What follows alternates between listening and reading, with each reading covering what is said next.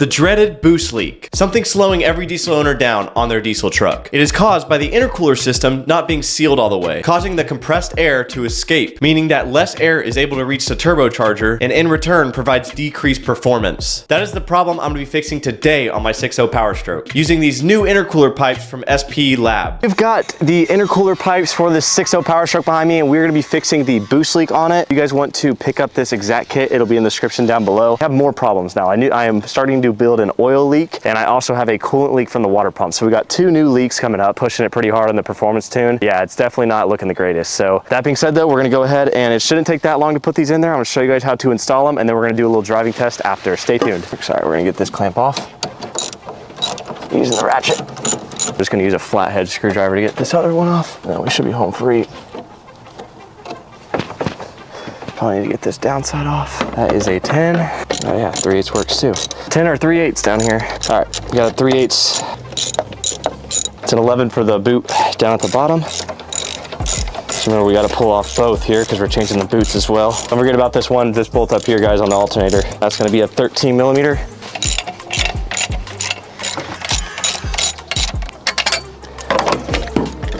That's out.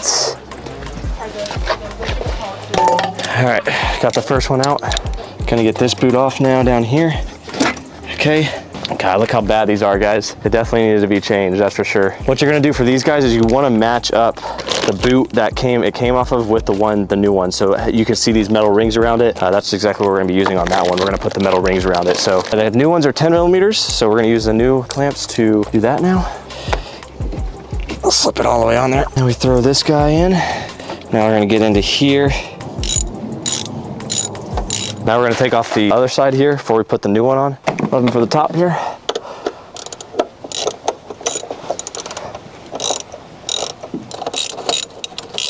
Got a little extra extender on it. Should be able to get it to reach down now into here.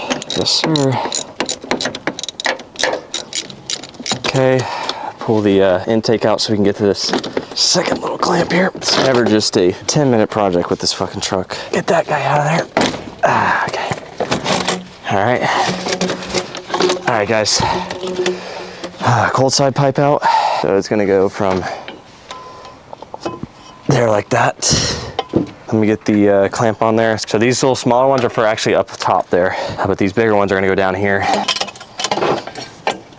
All right, this one's sliding in. Okay, now we're gonna put this next side pipe up. So this is the one that connects the hot side pipe. It has a little elbow on it. That's the one we're gonna be using. Come up into here and basically stick it in. All right, there it goes. That is on there freaking solid, guys. Clamp down.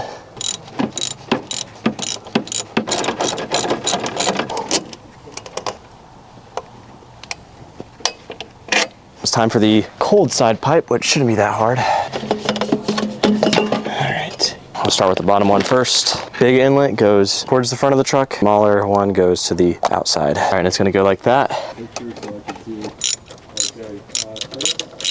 I wanna get the top side on first, guys, just because it's gonna be a little bit easier. At least get the clamp on there to get the bottom side on either way.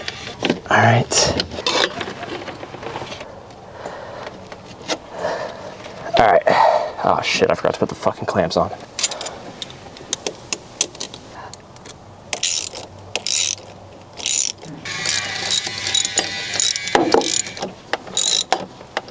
Guys, tighten this one up. Then we will fire up the rig. That's moment of truth here. We're about to fire it up. See if it even starts, right?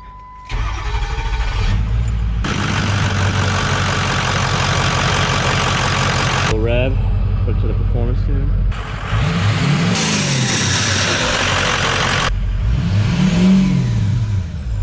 It sounds a lot better though.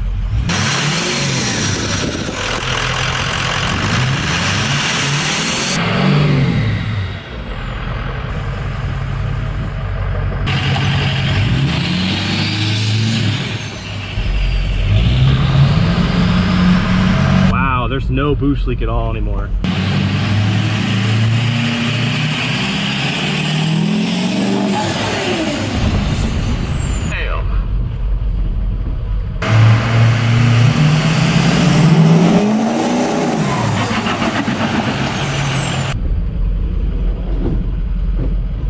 might have blew something up right there.